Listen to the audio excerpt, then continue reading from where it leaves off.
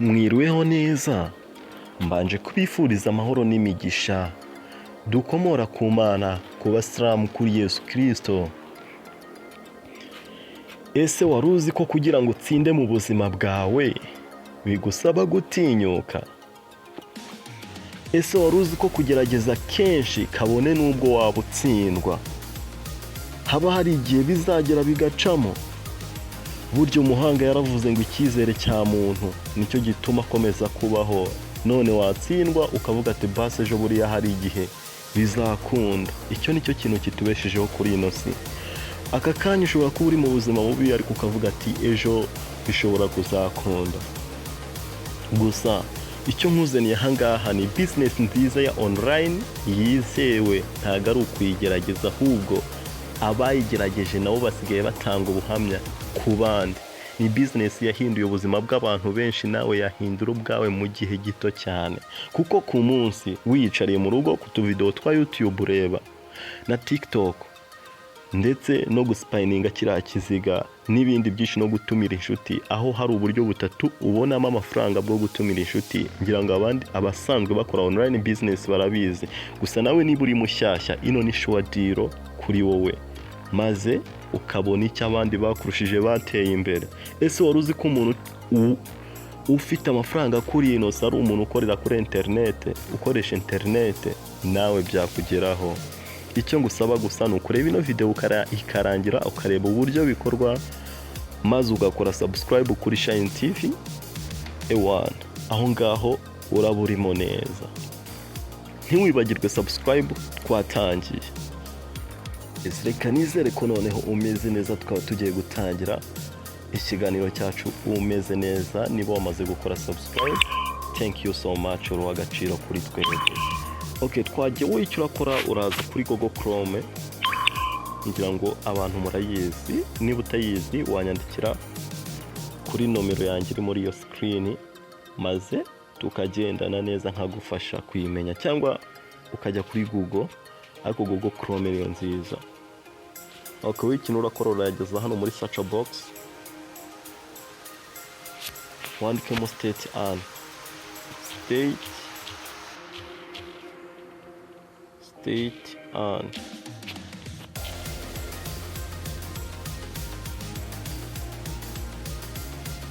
Okay, urahita ubibona. Kongeka nkore kuri login mbere ku buryo gukoreraho amafaranga ari ibintu byoroshye cyane. Nicyo ngiye kubereka.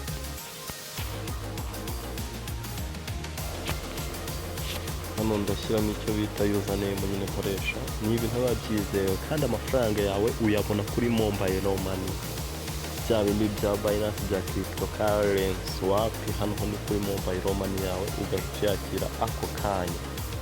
Hano ni Blaze, ndashyiramo niyo username yanjye, password,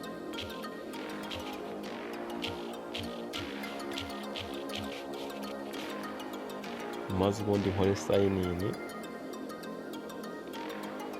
Urategereza akanya gatoya. Reka nizere ko wamaze gukora subscribe kuri Shine TV.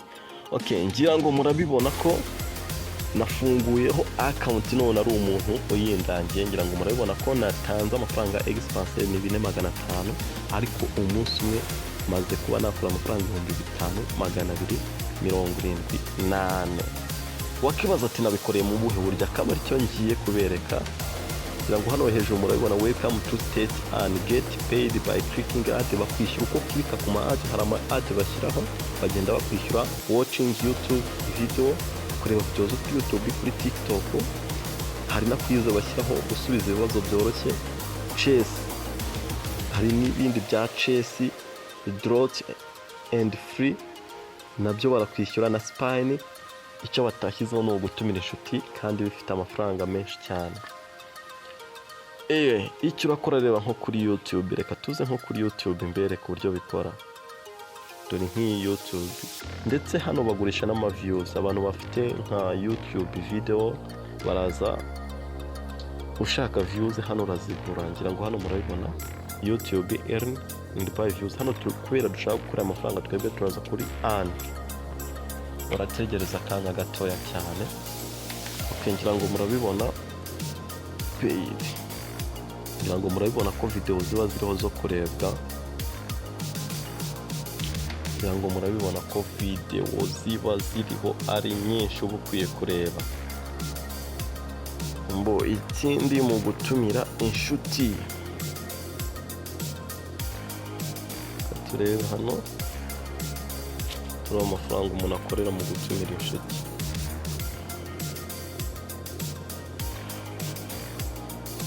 Nakubwiye ati ino ni showa ku bantu bakunda online business ndetse nawe muntu utayikunda. Ino yaba ari showa bya hatari.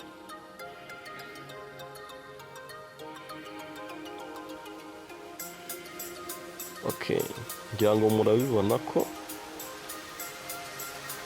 guha umuntu linki hari level 3 baguhembamo. Level ya mbere baguha $2.5. Idolari rimwe ririmo riravunja ikijana risatira icyabiri mu manyarwanda. Level ya kabiri baguha $1. Level ya gatatu baguha $0.5 by'amadolari. Hano ni amafaranga menshi mita. Niba ushaka kwiyandikisha rero hari link ugiye kubona muri description, niyo wakoresha wiyandikisha kugira ngo nanjye ano $2.5 nyake.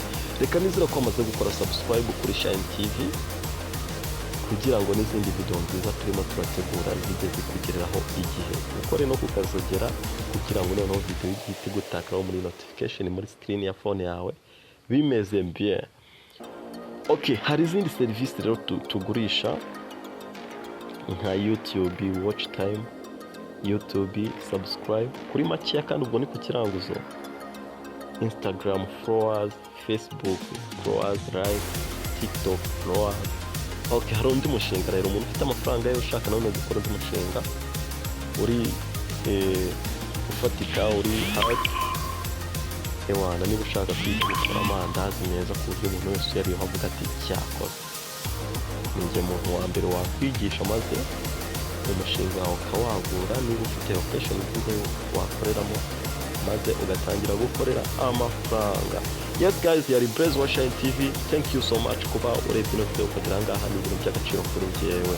Thank you.